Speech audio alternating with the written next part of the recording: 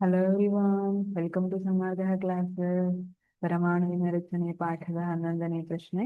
ಬೀಜ ಕೇಂದ್ರದ ತ್ರಿಜ್ಯವು ಪರಮಾಣುವಿನ ತ್ರಿಜ್ಯಕ್ಕಿಂತ ಸುಮಾರು ಡ್ಯಾಶ್ ಪಟ್ಟು ಕಡಿಮೆ ಇರುತ್ತದೆ. ಬೀಜ ಕೇಂದ್ರದ ತ್ರಿಜ್ಯ ಮತ್ತೆ ಪರಮಾಣುವಿನ ತ್ರಿಜ್ಯಕ್ಕೆ ಹೋಲಿಸಿದ್ರೆ ಹೇಗೆ ಇರುತ್ತೆ ಅಂತ ನೋಡೋಣ. ಸರಿ, ಇಲ್ಲಿ ಹೇಗೆ ಇದನ್ನ ವರ್ಣಿಸ್ತಾರೆ ಅಂದ್ರೆ, ಒಂದು ದೊಡ್ಡ ಕ್ರಿಕೆಟ್ ಸ್ಟೇಡಿಯಂ ಅಲ್ಲಿ ಸೆಂಟರ್ ಅಲ್ಲಿ ತಗೊಬಂದು ಒಂದು ಕ್ರಿಕೆಟ್ ಬಾಲ್ ಅನ್ನ ಇಟ್ರೆ ಅದು ಎಷ್ಟು ಚಿಕ್ಕದಾಗಿರ್ತದಲ್ಲ ಅಷ್ಟೇ ಚಿಕ್ಕದಾಗಿರುತ್ತೆ ಬೀಜ ಕೇಂದ್ರ ಅಂತ ಹೇಳ್ತಾರೆ.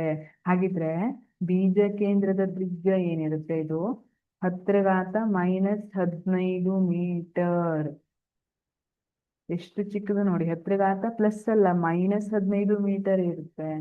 ಪರಮಾಣುವಿನ ತ್ರಿಜ್ಯ 10⁻−10 ಮೀಟರ್, 10⁻−10 ಮೀಟರ್ ಇರುತ್ತೆ.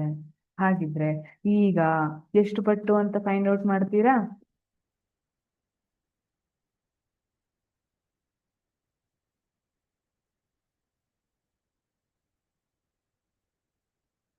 (10⁻−10 ಡಿವೈಡೆಡ್ ಬೈ 10⁻−15). ಎಷ್ಟು ಪಟ್ಟು ಕಡಿಮೆ ಆಯ್ತು?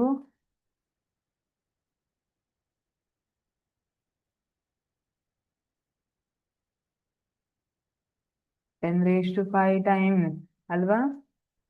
ಹಾಗಾಗಿ ಸರಿಯಾದ ಉತ್ತರ ಯಾವುದು? Option C.